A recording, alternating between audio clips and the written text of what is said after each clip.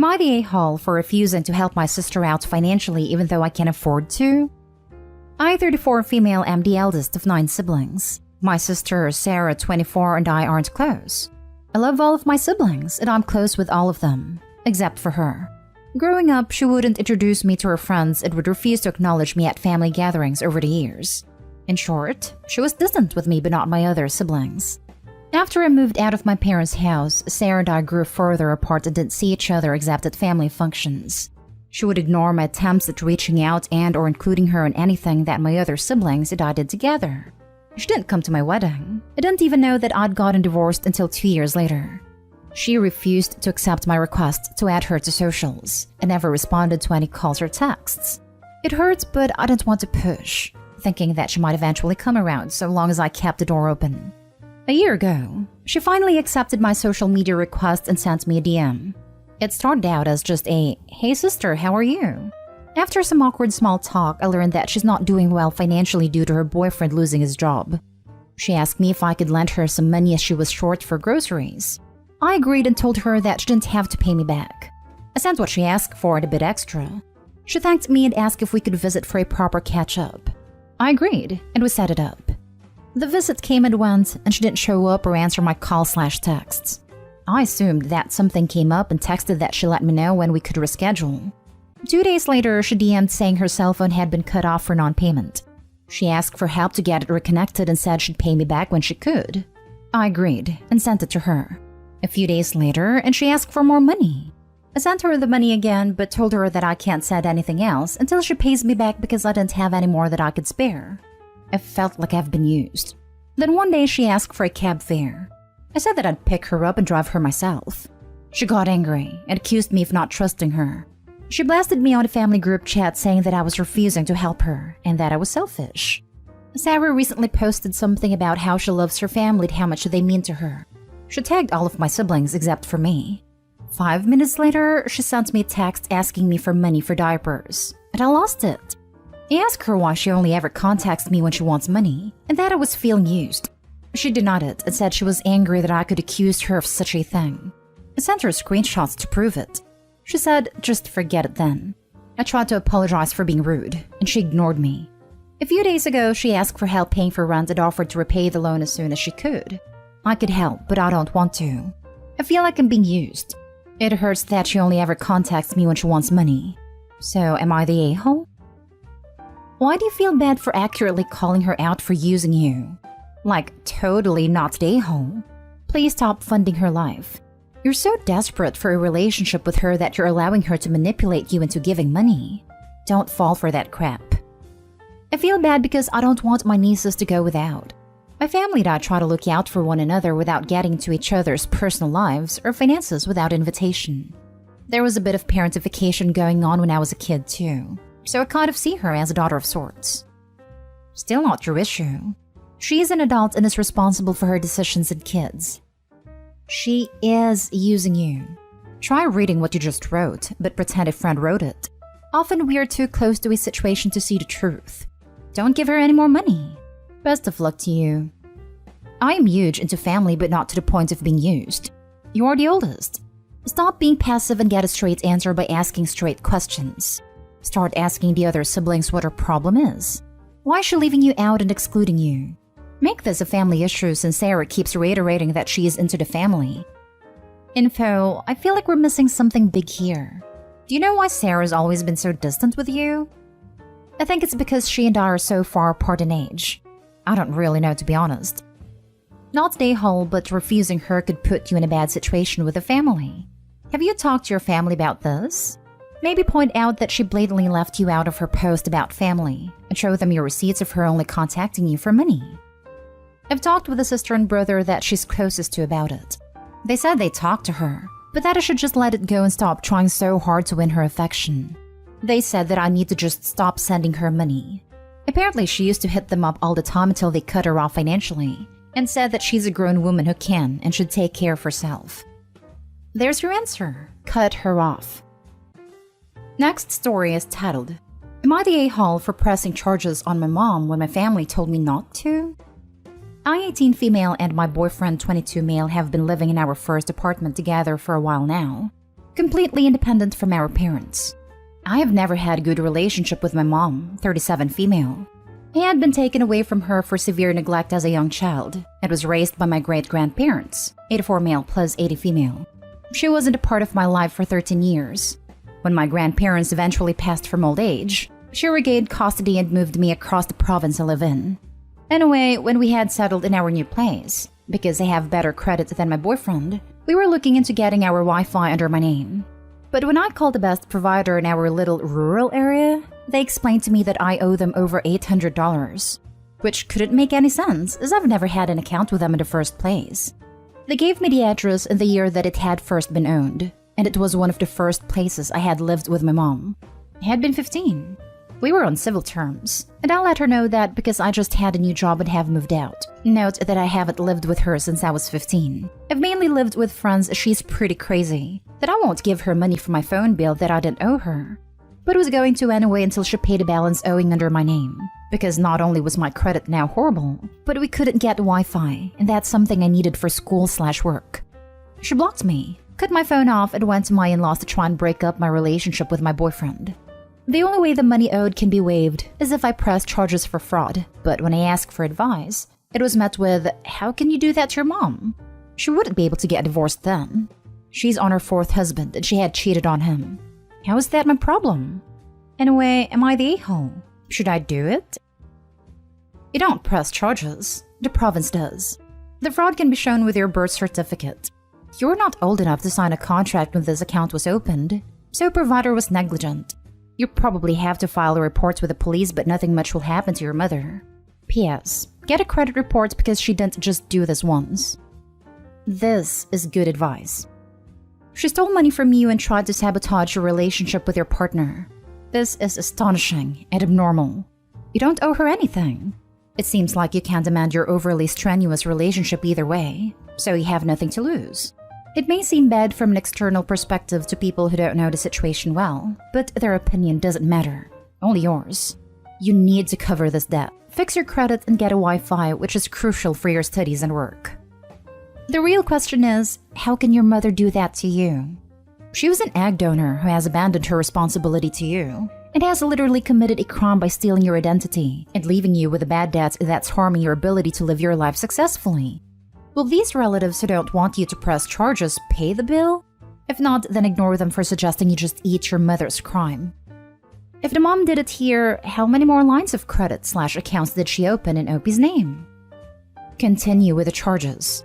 She does not have your best interest in mind. Also, the company entered into a contract with a minor which is illegal. Minors cannot be in a contract in the US. Apparently, your mom represented herself with your name, but the company did not do due diligence to avoid providing service to a minor. Access a free credit report every year starting now. Identify if other illegal charges are there. Best to you. Opie's in Canada, I believe, based on province, so the Crown presses charges, not an individual. Also, it is illegal here too, just so you know. Next story. Am I the a-hole for not involving myself in my ex-husband's child's life? I, 25 female, ex-husband, 29 male, and I divorced a year ago after I found out that he had an affair son, Carl, 1 male. By that time, I already had Adam, 3 male, and Ben, 1 male. Since my husband had an affair, he lost any right to alimony or child support from my part due to prenup stipulations. He also lost his job at my dad's and a car. When he came back begging me for an opportunity, he disclosed that Carl's mom passed away during childbirth, and we were the only family he had. I was hurt for his betrayal, but yet I still felt love for this man, and didn't want to hurt a motherless child, so I told him that I would revoke his mandatory child support payments, because I don't really need them thanks to my dad, so he could focus on doing what was best for Carl and that anything he did, monetary, for our kids was welcome but not necessary. The problem was that, a few months after the divorce, he grew comfortable enough to ask me about how to take care of a child, to the point where he would try to leave me with Carl while I explained. After I realized what was he doing and when I confronted him, he admitted that he was trying to create a bond between us so his child could have a mom too. I immediately put Carl in his arms and said that while I was sorry for the loss of his mother, I'm not willing to play mommy of his affair kid, and to never bring the subject again. He told me how unfair I was being, because now that he's young, it's the perfect time to make an introduction, and how awful it will be for Carl to see his brothers grow up with me. I felt pressured, so I took our kids and told them to contact me again through a lawyer for any future discussion. When I got home, I told my family what happened, and while almost everyone agreed with me, my mom said that I was a horrible human being because that child had no mother, and that she raised me better than this. My dad tried to defend me as well as my sisters, but my mom said that what happened between my ex and I didn't have anything to do with an innocent child, and she hopes I do the right thing, and I love the child. She's also pressuring me to buy things for the kid and make space in my home, such as giving him a bedroom at all, because she won't allow that I take my kids home and he's left there alone. But I said that I don't want to involve myself with him, and now she's not talking to me unless I agree. Now for the top comments. Yikes. Not today, home. Girl, I'm throwing you a parade for your fantastic boundaries and compassion. The dude broke your trust and your heart, and then took advantage of your gracious decline of child support. His decision to have an affair behind your back and then insist you be responsible to mother the child is abhorrent. Your mom sounds like she is grieving that he is no longer her son-in-law and wants everything to feel like a family again. She probably figures since the other woman has passed away, all harm is bygone, and now everything can go back to the way it was. That's absolutely not the case. It's absolutely on your ex-husband to parent the child, which probably has him beside himself with the responsibility he resents. The child's loss of a mother is tragic, but no reasonable person could believe that your presence could right that wrong. His mother has passed away, no one can replace her. His dad cheated on you and has flat out admitted to manipulating you multiple times to make his life more convenient. The baby deserves better 100%, but that doesn't obligate you to put up with worse. Maybe your mom should adopt him. That child is nothing more to you than every other motherless child in the land. Suggest, sincerely, that your ex get busy and find a loving and gentle new wife who wants to be a mother to his child. There are lots of women out there who would be interested. My infertile friend actually married a widower with 3 kids, and admitted it was as much to be a mom as to be a wife. Several years in, they are very happy. I disagree the child is nothing to her. It's her children's sibling. This is a stickier situation than it could be because their half-brother is going to feel left out. Is that her problem to fix? No. She's not a-hole for boundaries, but I can't help but feel for a kid that's gonna see his brothers go spend time with mom when he doesn't have one. Dad could use that time to make his son feel special, or he could be an A. That's not Opie's responsibility at all, but my heart hurts for that kid, and I get her mom's point. Hopefully as they get older, she might allow sleepovers if the older two ask for him to come over, but she wouldn't have to. It would be noble of her to do it on her own volition, but Dad is being sneaky and a jerk about things. I see your point, sort of, but not really. Why should a woman and her kids be forced to even know or ever meet the children the man sires on mistresses, one-night stands, or affairs? Sure, they're siblings in the sense of a man's DNA. Why is that even important? Why can't they be thought of as a sperm donor's other offspring? Why all the sibling stuff? NTA, NTA, NTA. I'm horrified at your mom's suggestions. It's an affair child for crying out loud. How would your mom feel if your dad suddenly came home with an affair child? Not very good, I'd suppose. It would ruin the family, I presume. Now, your kids are still young, but if they were any older and they understood this, they probably won't be very welcoming of this kid too. You are not a saint, and you do not owe that child and your ex anything. No, no, no. Even if the child did nothing wrong, why do you have to live with the proof of your ex's infidelity? It would take a toll on you and affect your emotions. How would your mom feel if your dad suddenly came home with an affair child? She would probably take him in. My mom herself is an affair kid. She says that not having someone loving you or accepting you is horrible, and that I'm in a position to help because the baby's young, motherless, I have the time and money, so I have to do what's best. Now for the last story. Am I the a-hole for telling my nephew it's not his birthday? My daughter's 7th birthday was yesterday. We went by my mom/her grandma yesterday for dinner, cake, and gifts. My brother and my nephews were there too, and daughter gets along well with her cousins. My mom has this birthday crown that she has the kids wear when it's their birthday. One of my nephews, 5, asked my daughter if he could wear the crown for a little bit. She agreed. Then when we were doing cake, he asked her to help her blow out candles. She said sure. I kinda looked at my brother, hoping he'd say something to his son, but he didn't. Then when we were giving my daughter her gifts, my nephew, who still had a crown on, asked my daughter if he could help her open her presents. I stepped in and said, "No, it's her birthday, not yours. Let her open her gifts by herself." My nephew seemed kinda pouty. Thing about my daughter is she's too nice sometimes, and has a hard time if she thinks saying no will hurt feelings. This seemed like one of those times. Later, my brother said nephew was just having fun. It wasn't that big of a deal. The brother and his wife let him open their gifts on their birthdays, and he knows they're not his gifts to keep. I said, yeah, but that's you, an adult. She's a kid and should get to celebrate her own birthday without sharing it. My brother said I'm teaching my daughter to be mean. Am I the a-hole? He is teaching his son that he always has to get his way and be the center of attention. 5 is plenty old enough to realize that other people matter, and not every day is about them. His kid is being raised to be entitled. Wait till he tries that at a school friend's birthday party.